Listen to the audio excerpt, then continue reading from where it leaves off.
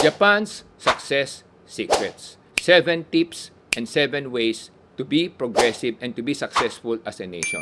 Ang Pilipinas, we're still trying. Number 1 sa listahan, decency amongst leader.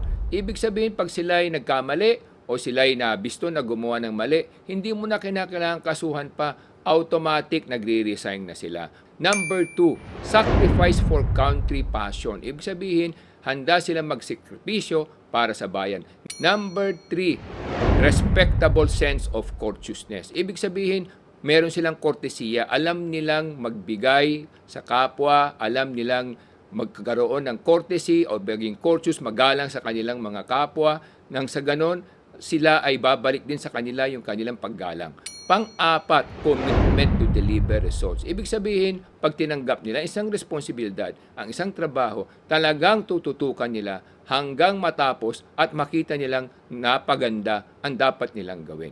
Number 5, anticipative culture or attitude. Ibig sabihin yan, hindi nila hintayin dumating ang problema, saka pa lang sila mag-iisip.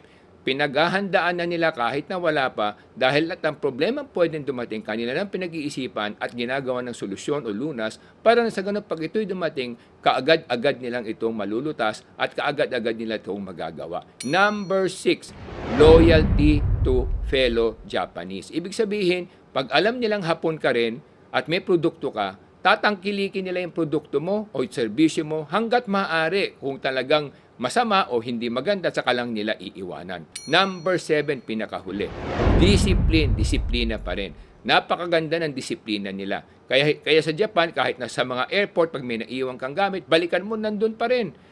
Kahit na sa kalsada, minsan naiwan mo, nandun pa rin. Hindi ninanakaw, hindi kinukulimbat, at ginagalang nila, nire-respeto nila ang karapatan ng kapwa nila kahit na ikaw ay dayuhan. Ako nga po pala si Michael Sai, ang inyong dad ng bayan.